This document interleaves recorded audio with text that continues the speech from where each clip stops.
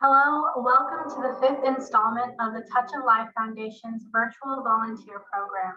This is our presentation on the rehab process for victims of human trafficking. Let us begin by introducing the presenters for today. My name is Ishani, and I am a board member for the Touch of Life Foundation from Dallas, Texas. Hello, my name is Jay, and I'm also a board member for the Touch of Life Foundation, and I'm from Virginia. In this segment of the virtual volunteer program, we will be learning about 4 significant points relating to rehabilitation of human trafficking victims. We'll be learning about the effects of human trafficking on victims, what this type of rehab looks like and its goals, what organizations help with the rehab process, and which organizations use child labor. We will also be showing you a short video on life after human trafficking.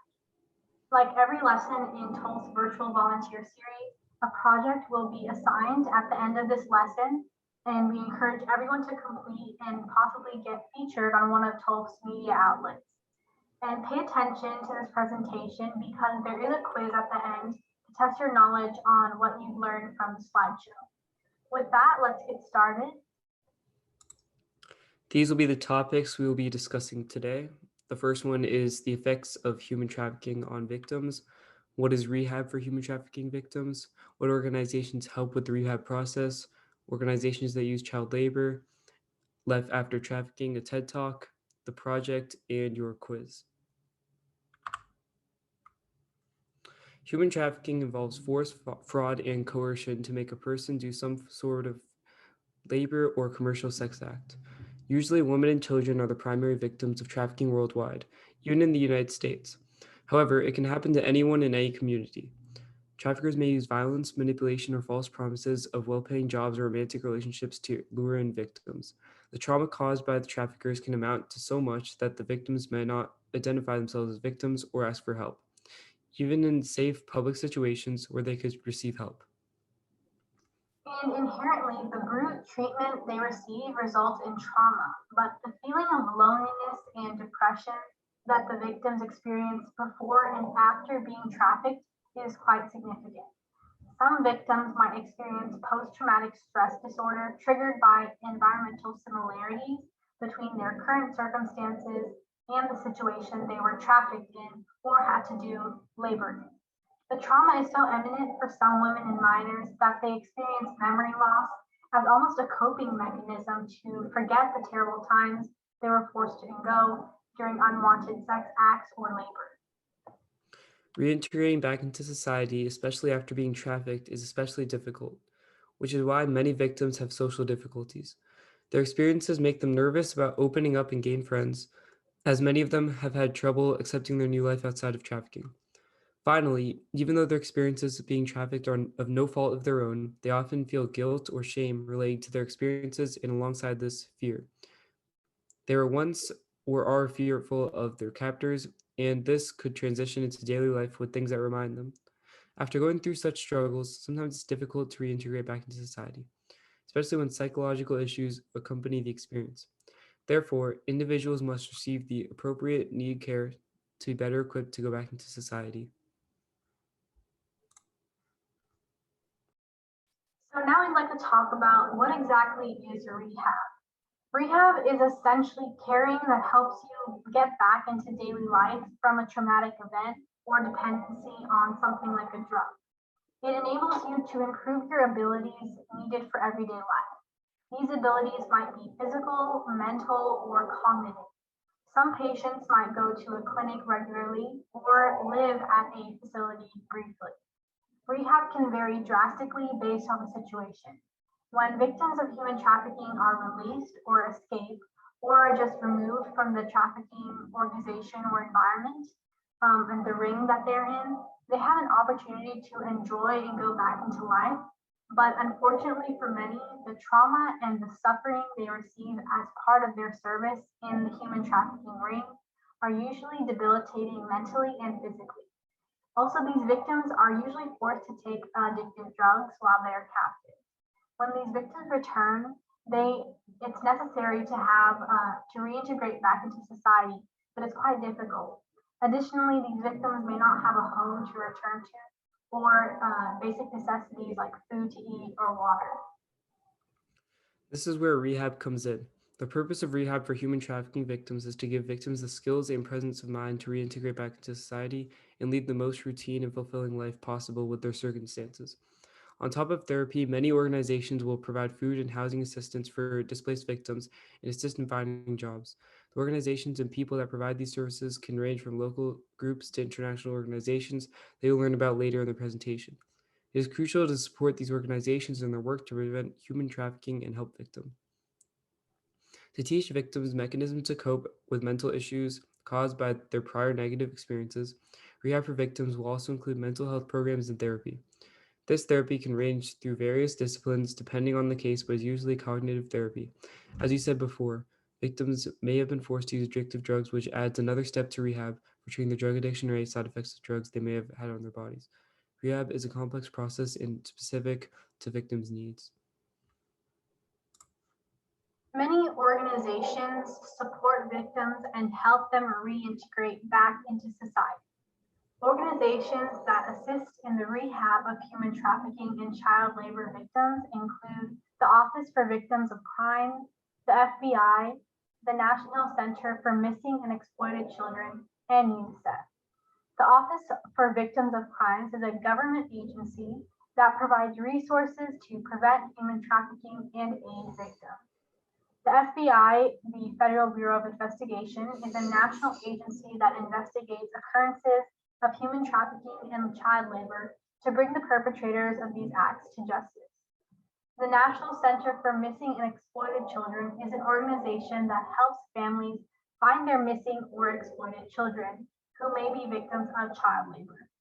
Finally, UNICEF is an agency of the United Nations and focuses on supporting and protecting children worldwide. They help protect children from child labor and help aid victims of child labor. These organizations and agencies can help locate and treat human trafficking and child labor victims and are available to contact if you were to need help. Although many organizations support stopping child labor, some companies unfortunately continue to use child labor in their countries. These companies include Starbucks, Nestle, Walmart, and Nike. Remember that there are many more though. It would benefit if you had your research to learn about which companies use trafficked or child labor. It will take an effort to avoid sustaining these companies' practices by switching to alternative providers. And these are the companies that use child labor. Next is a short TED Talk about life after human trafficking. Like the video mentions, the rehabilitation process is not easy. There are many barriers to getting aid, like the preventer emphasizes, and she also presents some solutions. So let's watch it now. We cannot ask victims to risk their lives by testifying in a courtroom. We cannot ask them to sacrifice family members' safety in exchange for the truth, and we cannot expect them to leave when we cannot offer accessible alternatives in long-term housing. Shelters are often filled to capacity, and when there's no safe and abiding haven, victims have no recourse. And traffickers often visit shelters looking for vulnerable people who will have nowhere to go when they leave. Or perhaps one of the Johns that just bought them for sex could be housed in the very next room. On the TEDx stage last year, I noted there were 13,000 animal shelters in our country. We have less than 700 beds in America for our trafficked population. Here are the results from the National Survey for Residential Programs for Survivors. Now, data is very hard to obtain, but this study estimated nearly 200,000 juvenile victims every year, so this does not even include adults. And we have less than 700 beds to support all of them. Only 16 states have facilities, and 28 have none, with no plans to open any, and our male population remains grossly underserved and unrecognized. Now in 2017, many states have inadequate comprehensive services and no long-term housing designed for trafficked victims. They often live in conditions like this. I'd like to quote part of Rachel Lloyd's book, Girls Like Us. When girls escape, they can't take anything with them. Starting from scratch is frightening, and struggling in the first few months to feed and clothe yourself can exacerbate any existing depression. Also problematic is that law enforcement, service providers, hospital staff, and family members have such a lack of understanding of the impact of trauma on these girls that they often consider them inherently damaged. Girls are labeled difficult and resistant, even by people within the anti-trafficking field, and there's a lot of frustration when they return to their abusers. Rescuing trafficking victims may sound like a fantastic idea, but talk to any service provider that has worked with these children and youth, and you'll hear the reality is a lot more complex. Victims rarely rush gratefully into your open arms. They're not immediately compliant with shelter regulations. They don't trust the people trying to help them. They're tired and traumatized and hurting and lonely and scared and depressed, and to them, missing the life is as normal as breathing. Healing is a messy, complicated process that's rarely linear. Girls require intense amounts of support, love, and patience.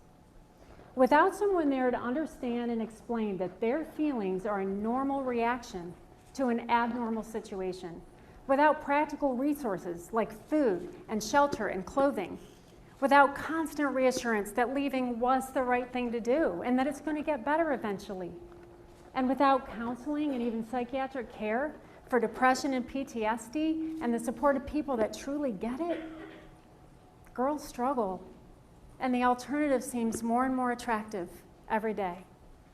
End quote. We're in desperate need of 3 types of shelter: crisis, transitional, and long-term rehabilitative. We need trauma-informed and trafficking-trained staff at detox centers, in education, foster care, and state agencies. Clinics, hospitals, and emergency staff must receive training and adopt protocols to respond to victims of trafficking encountered in healthcare facilities. We need case managers and trauma therapists and legal support and advocates, and all of this takes money, and it's the greatest barrier to building the necessary system. Yet the money that we do have in Delaware is being contracted out of state to the tune of hundreds of thousands of dollars every year. We've been sending our minors to a neighboring state instead of keeping that money here to help build our own system. So, how do we build a system to support the needs of survivors? How can such a monumental infrastructure be funded? And what can you do to help? Perhaps you can invite training and discussion of protocols to your agencies. For example, are you a prosecutor? Would you be willing to explore the possibility of seeking fines and asset forfeiture in order to build a system that reaches beyond the state level and is dedicated only to trafficking survivors? Or perhaps you could become a licensed foster care parent, willing to obtain specialized training needed to care for trafficked minors. Or you could be a mentor for a minor, or provide transportation for adults in a network of community support. Are you part of a church or a faith-based organization? Civic and community organizations all across our country can make a powerful impact by joining leaders like the Salvation Army and the Rotary, who are part of the abolitionist movement. Partnerships are much more powerful than independent efforts. So that video was incredibly revealing. It's amazing that there are hundreds more animal shelters than there are trafficking rehabilitation centers. So clearly there are difficult barriers, not only in overcoming the mental aspect of having victims seek out care, but also the physical aspect of having even the resources to turn to provide them care. Now we would like to introduce the project for this session. Throughout this presentation, you learned about the various steps and aspects of the rehabilitation process. This week, we would like you to create a schedule or timetable that outlines the steps for a particular trafficking victim. You can utilize an online planner, create one on paper, or use a digital tool, but be as creative and inventive as you wish. Please complete the assignment and upload it under the Rehab process assignment, which is topic 5, on the TOLF Google Classroom. We look forward to seeing your creations, and your creation might be featured on one of TOLF's media outlets if it stands out to us. Now, please complete the quiz by clicking on the link or scanning the QR code. You can pause the video if you need to scan this QR code. Thank you for attending this presentation, and please stay tuned for the next topic, which is life after human trafficking.